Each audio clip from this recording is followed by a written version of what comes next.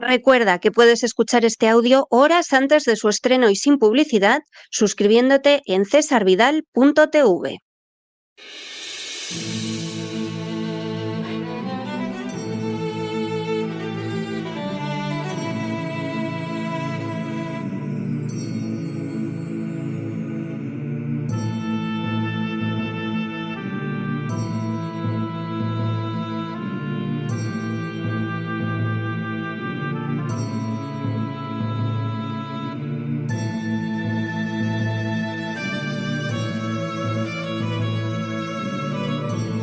La Voz con César Vidal, desde el exilio.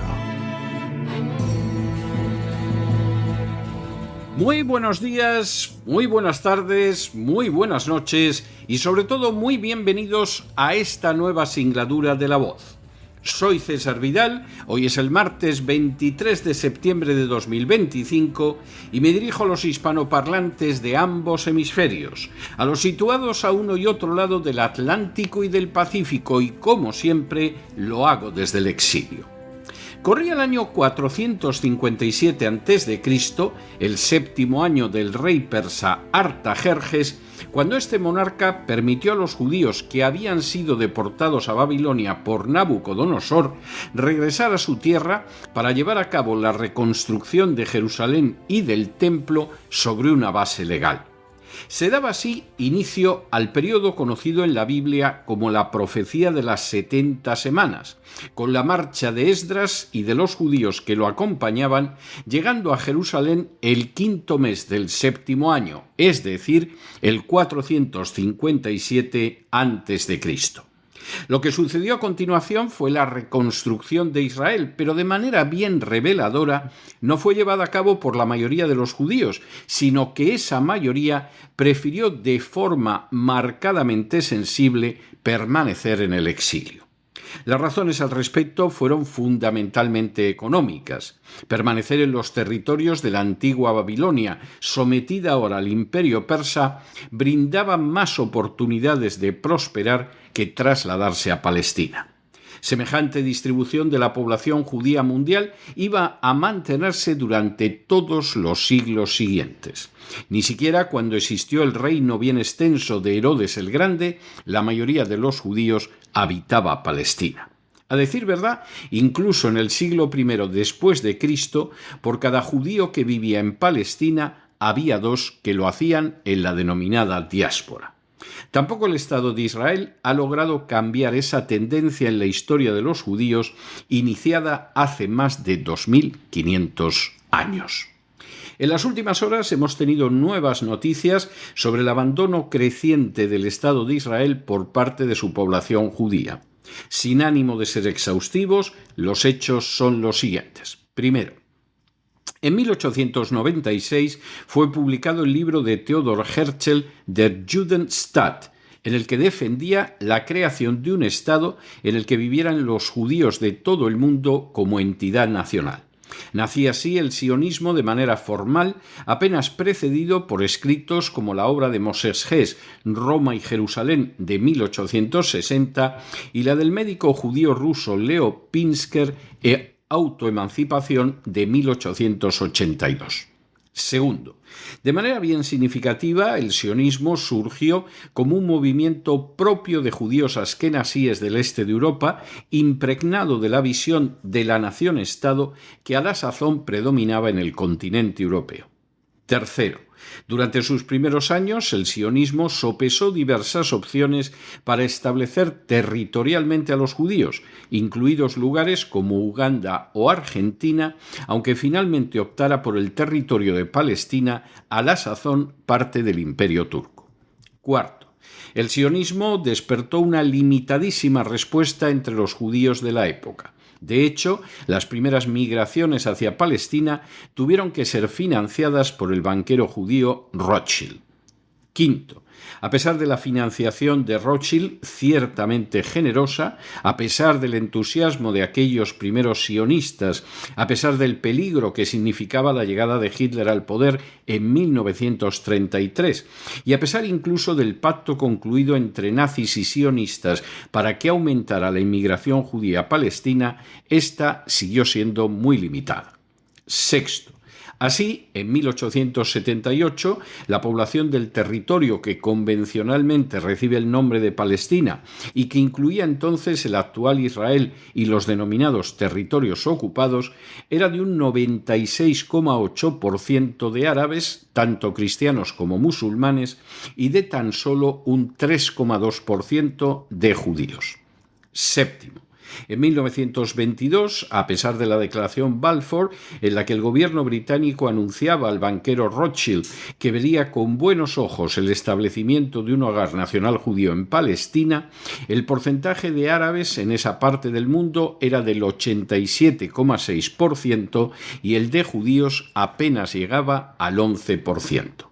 Octavo, apenas una década después, en 1931, el 81,6% de la población de Palestina era árabe y el de los judíos se reducía al 16,9%. Noveno, en 1947, con una Gran Bretaña empobrecida por la Segunda Guerra Mundial y deseosa de irse desprendiendo de su imperio, la Organización de las Naciones Unidas decidió dividir el mandato de Palestina en un Estado árabe y otro judío. Los árabes tenían entonces el 69% de la población y la propiedad del 92% de la tierra, pero solo recibirían en el plan de partición el 43% de esa tierra, menos de la mitad, mientras que los judíos, siendo el 31% de la población y teniendo menos del 8% de la tierra, recibirían el 56% del territorio. Por añadidura, también pasaría a sus manos la tierra más fértil. Décimo, ciertamente la partición de Palestina resultaba discutible, pero todavía resultó más desequilibrada tras la denominada por los israelíes Guerra de Independencia y Nakba por los árabes. Al término de la Guerra de Independencia, Israel, con una posesión inicial de menos del 8% de la tierra, se había apoderado del 78%. 700.000 palestinos fueron a parar a campos de refugiados, mientras que los pueblos árabes eran arrasados y convertidos en tierra fértil o en asentamientos israelíes. De hecho, de las 500 poblaciones árabes, 400 fueron destruidas por las fuerzas israelíes. Fue un drama que se puede contemplar siquiera de manera parcial en un documental como Tantura que encontrarán ustedes en cesarvidal.tv. Undécimo. A pesar de la citada situación y de que Israel fue apoderándose violentamente de otros territorios de la zona, la mayoría de la población judía mundial siguió resistiéndose a trasladarse al Estado de Israel. Se da así la paradoja de que el Estado que debería acoger a todos los judíos del mundo no es habitado por la mayoría de ellos y que esa situación incluso ha empeorado en los últimos tiempos. Duodécimo. Según datos de la Oficina Central de Estadística del Estado de Israel, 79.000 judíos han abandonado el Estado de Israel en el último año, mientras que solo han llegado 25.000 nuevos inmigrantes, es decir, menos de la tercera parte de los que abandonan el país. 13. Ese saldo migratorio negativo no es nuevo en Israel y de hecho comenzó a aumentar en 2022 con unos 55.300 israelíes que salieron del país.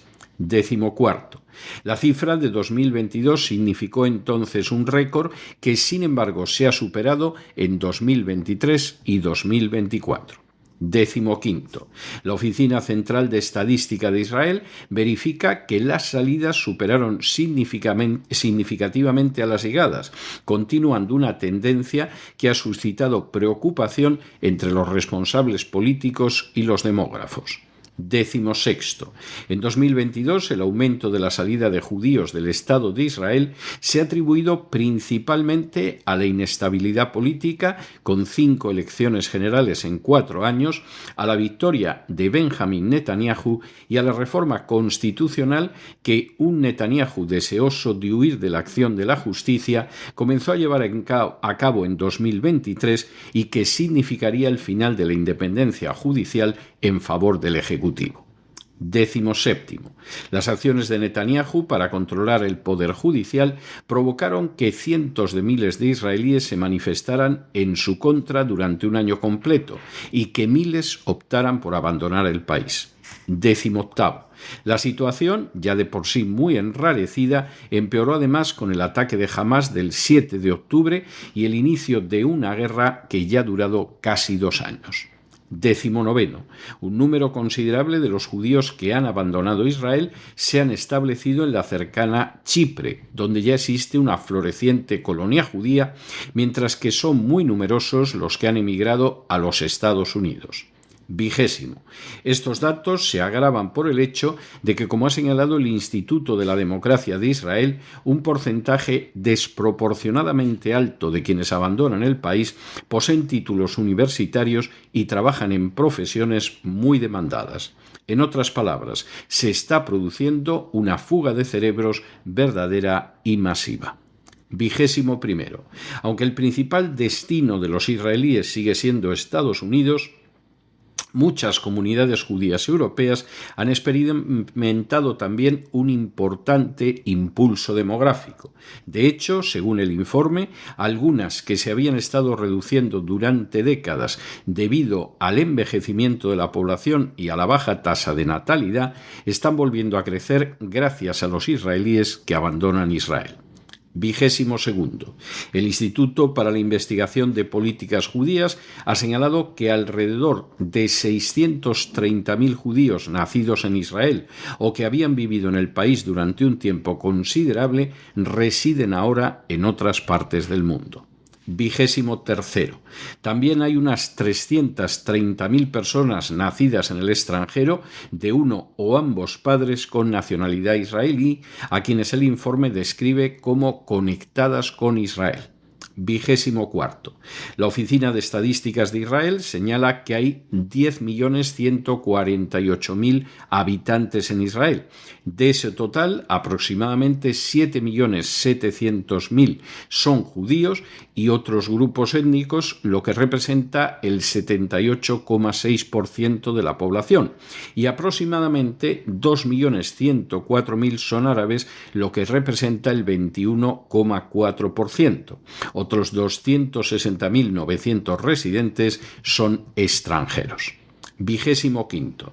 Desde el 7 de octubre de 2023 hasta finales del presente año, 1.267 civiles y soldados han muerto en la guerra, lo que representa aproximadamente el 2,5% del total de fallecimientos. El cáncer se ha mantenido como la principal causa de muerte con un 23,5%, seguido de las enfermedades cardíacas con un 12,2%. 26. De forma bien reveladora, entre los judíos israelíes mayores de 20 años, la identidad secular sigue siendo la más común.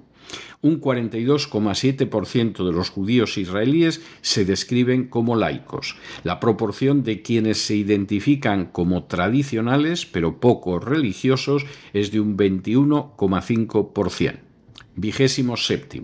De manera bien llamativa para un país que pretende sustentar su legitimidad, siquiera en parte, en causas de carácter religioso, entre los israelíes los que se identifican como tradicionales y religiosos son solo el 12% de la población. Los judíos religiosos y ultraortodoxos representan el 12 y el 11,4% respectivamente de la población de Israel. En otras palabras, apenas una tercera parte de los israelíes se considera religiosa. 28º. Alrededor del 27,4% o 1,7 millones de personas afirma en Israel tener dificultades para cubrir los gastos del hogar. Alrededor del 23,3% declara evitar la atención dental necesaria debido a dificultades económicas. 29. Además, el 25,8% afirma sentirse estresado siempre o con frecuencia y el 21,6% afirma sentirse solo al menos en ocasiones. Y 30, casi una cuarta parte, el 22,1%, declara haber sufrido discriminación en el Estado de Israel durante el último año. La vinculación de los judíos con la denominada Tierra de Israel ha sido muy limitada históricamente desde hace más de 2500 años. La desaparición del reino de Judá en el siglo VI a.C.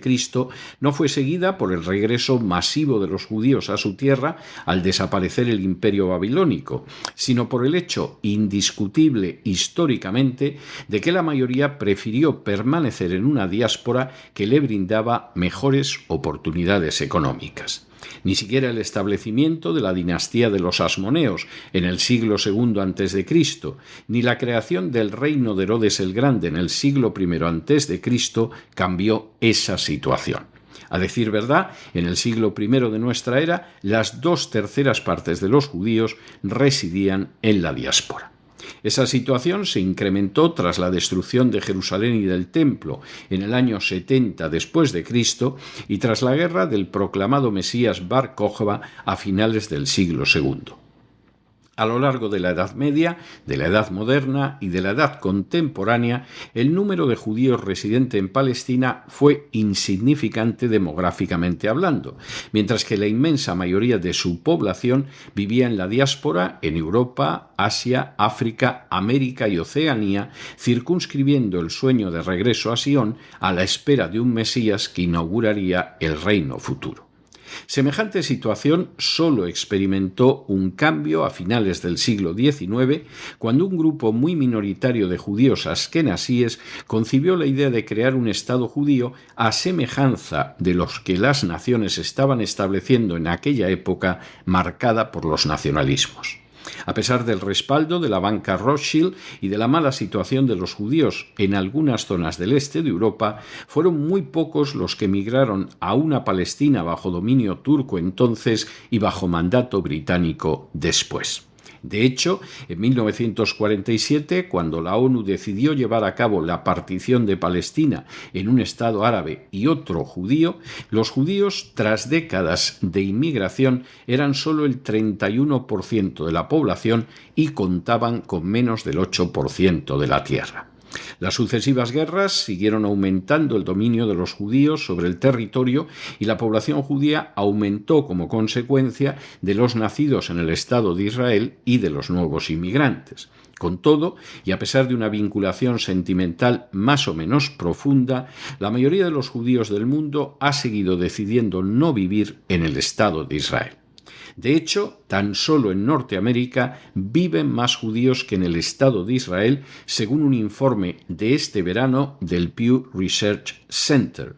Y a ello hay que añadir los porcentajes de población judía en zonas del mundo como Europa, Asia, Norte de África o Hispanoamérica. De forma nada sorprendente, en términos culturales, como ha sucedido durante los dos últimos 2500 años, la mayoría de los judíos prefiere no vivir en la tierra de Israel y es así por razones fundamentalmente económicas. Esa constante histórica se ha acentuado además en los últimos años como consecuencia del gobierno de Netanyahu y de la guerra desencadenada en Gaza y otros lugares de Oriente Medio. Si la meta del sionismo era reunir a todos los judíos del mundo en un Estado judío, resulta obvio que esa meta no se ha alcanzado en casi un siglo y que todo parece apuntar a que no se alcanzará jamás. Y naturalmente cabe preguntarse por la utilidad de un Estado que no alcanza su supuesta meta, que constituye un semillero de conflictos interminables desde hace décadas, que bascula de manera más que excesiva sobre la política exterior de naciones como los Estados Unidos y del que huyen por decenas de miles los mismos judíos y especialmente los más dotados de talento profesional. Cabe también preguntarse si no está también en lo correcto esa mayoría de judíos que desde hace milenios han preferido vivir en la diáspora como ciudadanos de religión judía de distintas naciones. Se trata, a fin de cuentas, de los judíos a los que se debe el Talmud y la Cábala, el hasidismo y la Haskalah, el marxismo y otras formas de socialismo, el sionismo, por supuesto, y las obras, entre otros, de Kafka, el psicoanálisis de Freud o la teoría de la relatividad de Einstein. En otras palabras, se trata de los judíos que han aportado la inmensa mayoría del legado judío al acervo común de la humanidad. En el tiempo que han necesitado ustedes para escuchar este editorial, la deuda pública de España ha aumentado en más de 7 millones de euros. Pero no se dejen llevar por el desánimo o la frustración.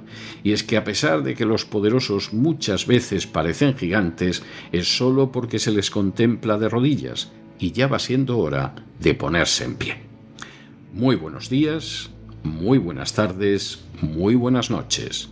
Les ha hablado César Vidal desde el exilio. Que Dios los bendiga.